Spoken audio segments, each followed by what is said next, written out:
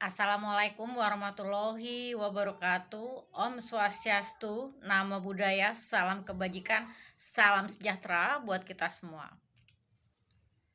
Perkenankanlah, saya IGP Rati Andaningsih, SEMM AKC Asian CPA. Pada kesempatan yang berbahagia kali ini saya akan melakukan pengabdian kepada masyarakat terkait sosialisasi standar akuntansi keuangan entitas privat yang akan berlaku efektif tanggal 1 Januari tahun 2025. Saya akan memaparkan berdasarkan hasil pemaparan dan data yang saya terima pada saat saya mengikuti sosialisasi SAK entitas privat melalui Ikatan Akuntan Indonesia. Pada kesempatan yang berbahagia ini saya akan melakukan sosialisasi sharing session terkait standar akuntansi keuangan entitas privat, sosialisasi standar akuntansi keuangan entitas privat untuk perusahaan-perusahaan yang ada di Indonesia.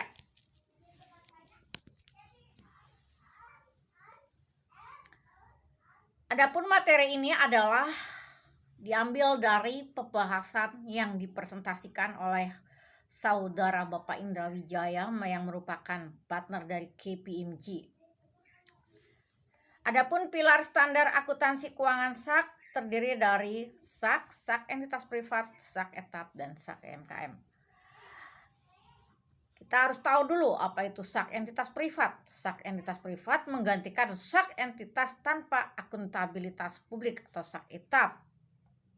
SAK entitas privat merupakan adopsi dari IFRS for SMEs versi 2015. Lebih sederhananya, SAK itu lebih komprehensif dari SAK etap. Mengapa SAK entitas privat diterbitkan? Menimbang pengesahan SAK entitas privat tahun 2021. Mengapa menggunakan judul entitas privat? Sebagai bentuk negasi dari entitas publik.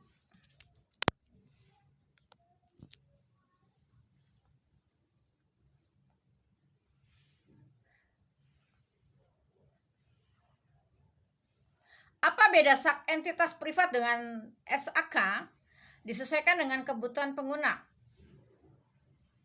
Disusun berdasarkan topik. Lebih ringkas dan tipis. SAK entitas privat dari SAK, bagaimana simplifikasinya? Tentunya adanya peniadaan topik yang tidak relevan dengan entitas privat. SAK entitas privat hanya mencakup opsi yang lebih sederhana, simplifikasi pengakuan dan pengukuran, penyederhanaan pengungkapan, bahasanya lebih sederhana. Mengapa entitas privat itu perlu menerapkan SAK entitas privat?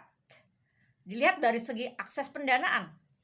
Diharapkan mampu meningkatkan akses pendanaan, lebih comparabilities, dan lebih meningkatkan kualitas pelaporan keuangan. Khususnya untuk laporan ROIC, World Bank, dan peningkatan quality laporan keuangan itu sendiri. Adopsi pertama kali SAK entitas privat yaitu entitas belum pernah membuat laporan keuangan. Entitas yang sebelumnya menyajikan laporan keuangan berdasarkan kerangka pelaporan keuangan lainnya, yaitu tentunya memenuhi definisi entitas privat dan persyaratan dalam bab 1 SAK entitas privat. Kecuali pelaporan keuangan sebelumnya telah menerapkan SAK yang lebih kompleks dari SAK entitas privat. Contohnya SAK umum. Siapa pengguna SAK entitas privat? Tentunya SAK entitas privat diterapkan oleh seluruh entitas privat.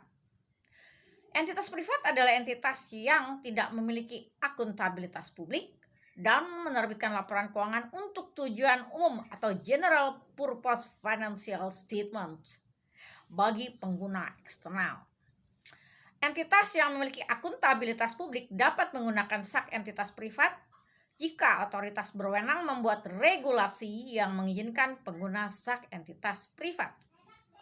Adapun konsep dan prinsip pervasif, Tujuan laporan keuangan entitas privat tentunya adalah menghasilkan informasi tentang posisi keuangan, kinerja, dan arus kas, menunjukkan hasil penata gunaan oleh manajemen, akuntabilitas manajemen, dan sumber daya. Adapun karakteristik kualitatif dari informasi dalam laporan keuangan entitas privat adalah keterpahaman, relevan, materialitas, andal, substansi mengungguli bentuk, prudence, kelengkapan, keterbandingan, tepat waktu, keseimbangan manfaat dan biaya, cost and benefit, tanpa biaya atau upaya yang berlebihan. Adapun pengakuan aset, liability, dan penghasilan beban adalah probabilitas manfaat ekonomi masa depan, andal pengukurannya, konsep profit and loss, total penghasilan komprehensif. Definisi posisi keuangan, aset, liabilities, dan ekuitas, dan kinerja, penghasilan, dan beban.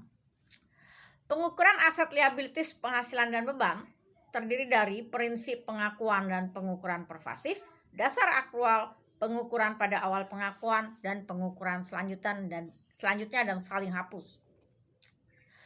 Adanya perubahan sak entitas privat dengan standar pendahulunya adalah laporan keuangan konsolidasi, laporan keuangan tersendiri, adanya aset liabilitas keuangan, adanya pajak tangguhan dan aktiva khusus.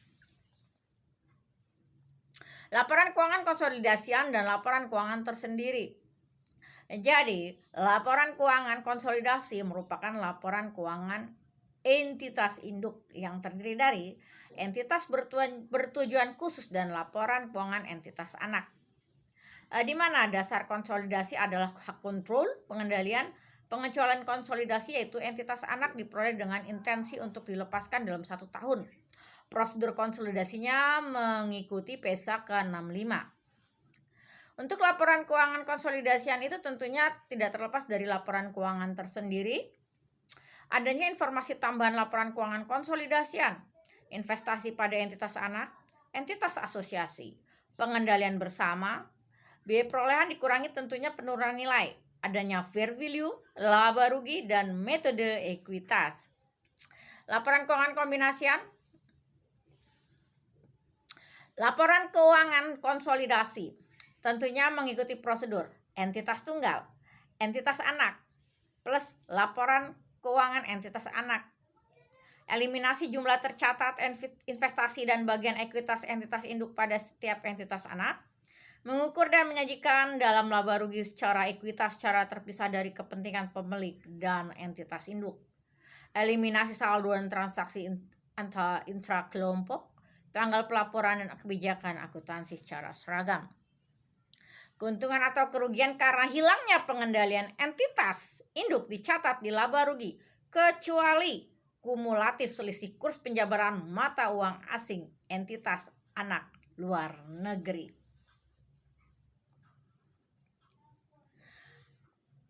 Sak entitas privat memiliki pengendalian kontrol, memiliki langsung atau tidak langsung lebih dari setengah kekuasaan atau suara entitas kecuali dibuktikan sebaliknya. Memiliki setengah atau kurang dari kekuasaan atau suara entitas tetapi memiliki kekuasaan yang melebihi setengah hak suara.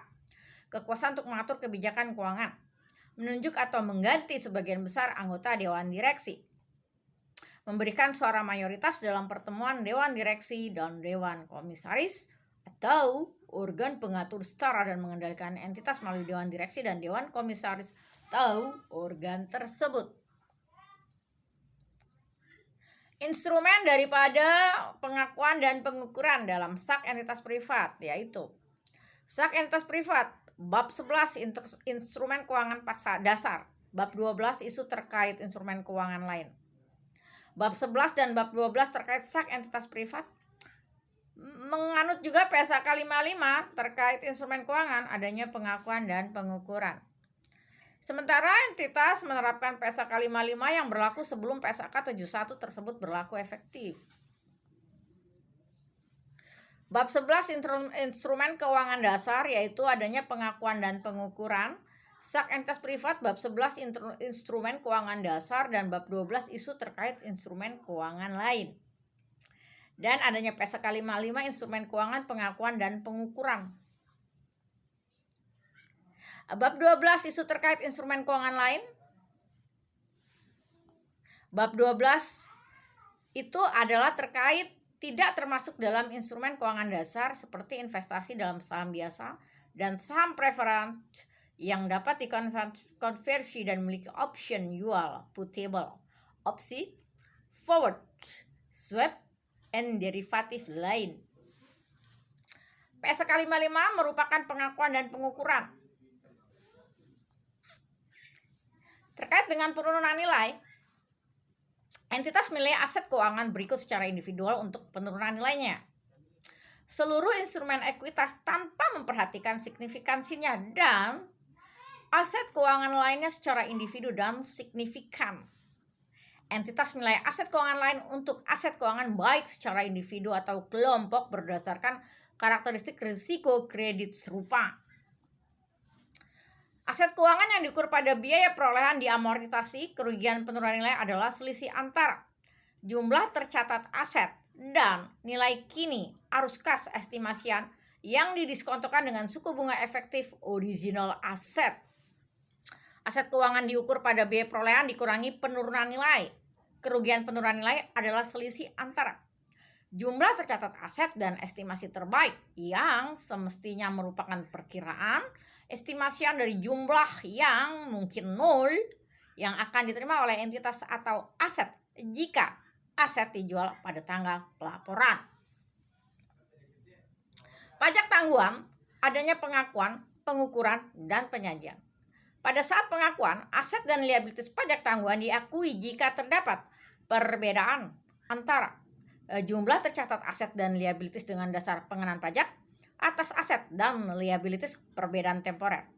Adanya akumulasi rugi pajak kini yang belum dikompensasi, kredit pajak kini yang belum dimanfaatkan. Pajak tangguhan bersifat pengukuran liabilitas aset pajak tangguhan menggunakan tarif pajak dan peraturan yang telah berlaku secara substansial berlaku pada tanggal pelaporan, tidak didiskontokan. Pada setiap akhir pelaporan, entitas menilai kembali aset pajak tangguhan yang sebelumnya tidak diakui, perbedaan temporer investasi pada entitas anak, cabang, entitas asosiasi, dan ventura bersama ketentuan, kecuali ada pengecualian. Penyajiannya, alokasi dalam penghasilan komprehensif dan ekuitas disajikan sebagai aset tidak lancar atau liabilitas jangka panjang, saling hapus persyaratan pengungkapan. Aktivitas khusus seperti agriculture, eksplorasi dan evaluasi sumber daya mineral, perjanjian konsesi jasa. Agriculture, model penilaian nilai wajar menggunakan model biaya perolehan, kecuali jika dinilai wajar, dapat ditentukan dengan mudah tanpa biaya, atau upaya yang berlebihan. PSK 69 mensyaratkan untuk semua aset biologis dan produk agriculture. Untuk eksplorasi dan evaluasi sumber daya mineral, pengakuan awal biaya perolehan selanjutnya ada di bab 17 aset tetap, bab 18 aset tak berwujud selain goodwill. Pembongkaran, restorasi, kewajiban dan biaya dicatat sesuai bab 17 dan bab 21 provisi dan kontingensi, kebijakan akuntansi untuk alokasi aset eksplorasi dan evaluasi ke unit penghasil kas UPK atau kelompok UPK. Perjanjian konsesi jasa. Model aset keuangan, hak kontraktual tanpa syarat untuk menerima kas, jaminan pemerintah, aset keuangan nilai wajar fair value, bab 11 tentang instrumen keuangan dasar dan bab 12 isu terkait instrumen keuangan lainnya. Model aset tak berwujud, hak untuk menagih, mengenakan biaya pada pengguna atas penggunaan aset sektor publik. Penerapan dini 1 Januari 2022, berlaku efektif 1 Januari 2025. Asumsi pada tahun awal penerapan, entitas masuk dalam ruang lingkup SEC entitas privat. Retrospektif kecuali yang diatur dalam paragraf 35.9 dan pengecualian dalam paragraf 35.10. Prospektif jika tidak praktis tidak dapat menerapkan suatu persyaratan apapun setelah melakukan segala upaya yang wajar untuk melakukannya.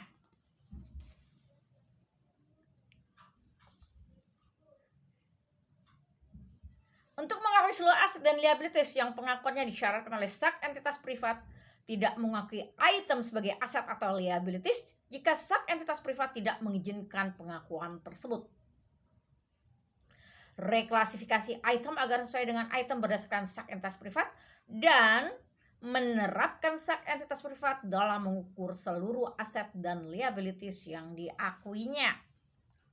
Hasil penyesuaian dari kerangka pelaporan keuangan sebelumnya diakui langsung pada saldo laba atau jika sesuai kategori lain dari ekuitas. Demikian pemaparan saya kali ini terkait garis besar daripada implementasi standar akuntansi keuangan entitas privat yang berlaku dini 1 Januari 2022 dan akan berlaku efektif 1 Januari 2025.